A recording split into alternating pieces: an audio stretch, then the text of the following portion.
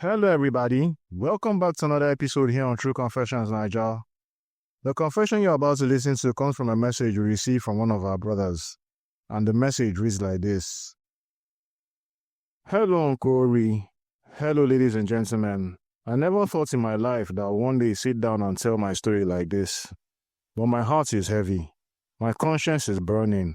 And hopefully, if I share it, I will find some kind of peace. My name doesn't matter. What matters is the truth I'm about to tell you. I'm a Nigerian man, and like so many young men from my country, I left home chasing a dream. They call it missionary work. But let me be honest with you. Missionary work for many of us is just a code, a cover, a way to escape Nigeria and enter another country searching for opportunities. That is exactly how I found myself in South Africa. At first, it was about survival. I wanted to be something, to build something, to create a life that my parents would be proud of.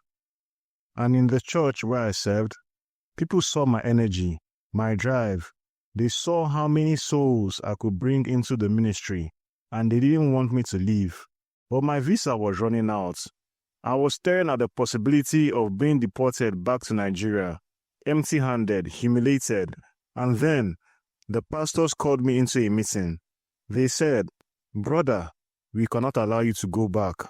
God has brought you here for a purpose. You must stay, and the only way is marriage." At first I laughed. I didn't know they were serious, but then they introduced me to her.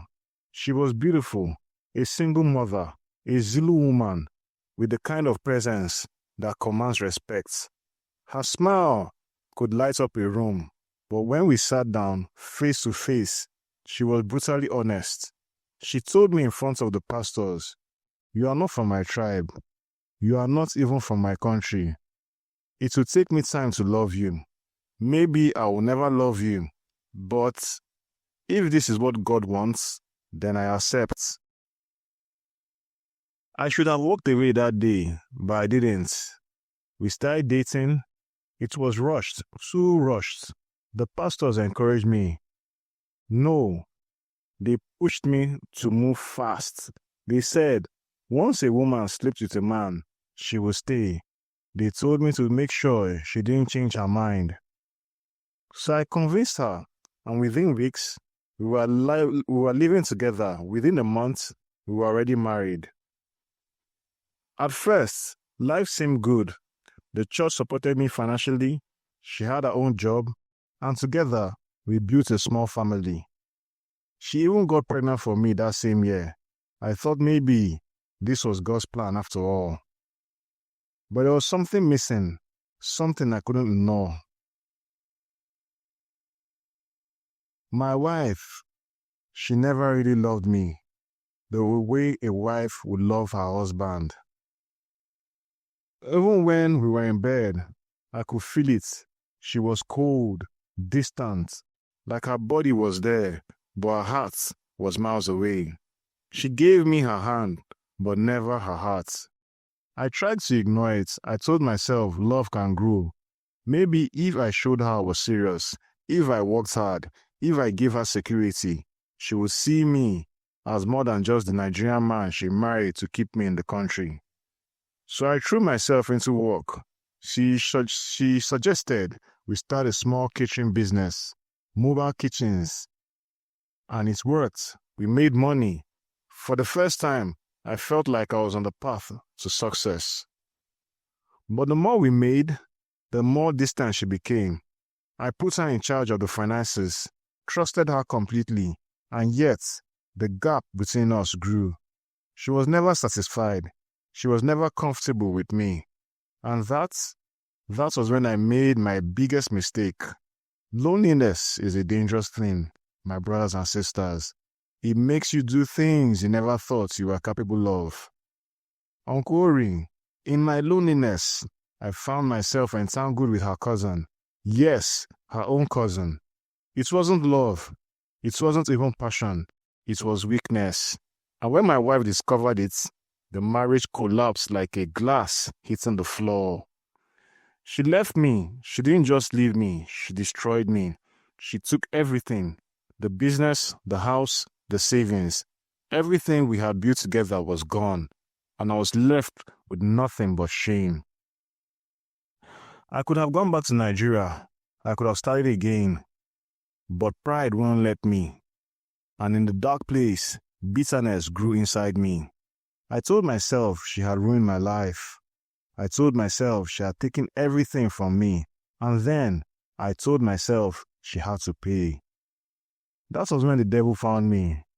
Through whispers, through anger, through the arms of her cousin, who was still with me even after the affair was exposed. I was introduced to a dangerous idea. What if she was no longer alive? At first, I rejected it. I said, no, this is madness. But then, I spoke to a certain priestess. She told me to be calm. She told me to prepare. She told me to buy a coffin. Imagine that, buying a coffin for a woman who wasn't even sick yet, planning her burial before she had even started coughing. That was the level of darkness, pure evil, I allowed myself to enter. And the cousin, her own cousin, helped me. Her younger sister began to work in the house, cooking meals for my wife, and little by little, day after day, poison was added. Drops of death hidden inside plates of food. My wife grew weaker. Doctors said it was her liver. Cancer, they said. But deep down, I knew it wasn't cancer. It was me. And one night, she didn't wake up. When they buried her, I stood at the graveside with everyone else. I wore dark glasses to hide my tears. People thought I was crying because I loved her, but I was crying because I had killed her.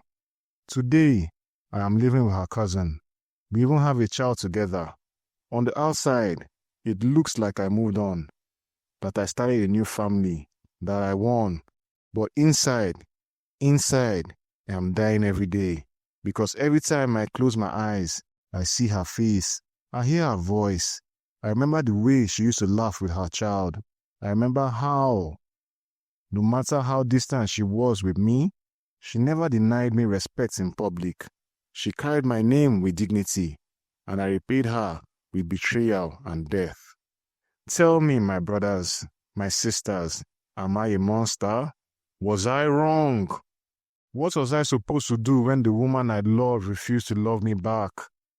When she stripped me of everything I worked for? When she left me with nothing?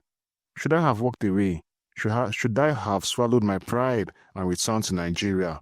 Or was I right to take my revenge? I don't even know who I am anymore. All I know is that every day I wake up, I hear her voice in my head. And every night before I sleep, I see her lying in that coffin I bought for her long before her body gave up. This is my confession. Probably the world will call me a wizard. Maybe you'll call me a murderer. Maybe you'll hate me, but at least now you know the truth. Strange things happen every day. Evil things. Things you'll never believe someone told you. But here I am telling you myself. This is my story and I leave it in your hands. Judge me if you must. Condemn me if you will. But never forget, evil doesn't always wear horns. Sometimes it looks just like me. Thank you for letting me open up. I'll be following the conversation in the comment section to learn your views. Dear listeners, right there was a message that was sent to us by one of our brothers. Let us try to talk to him in the comment section. Things they really happen for this our world. Now wow.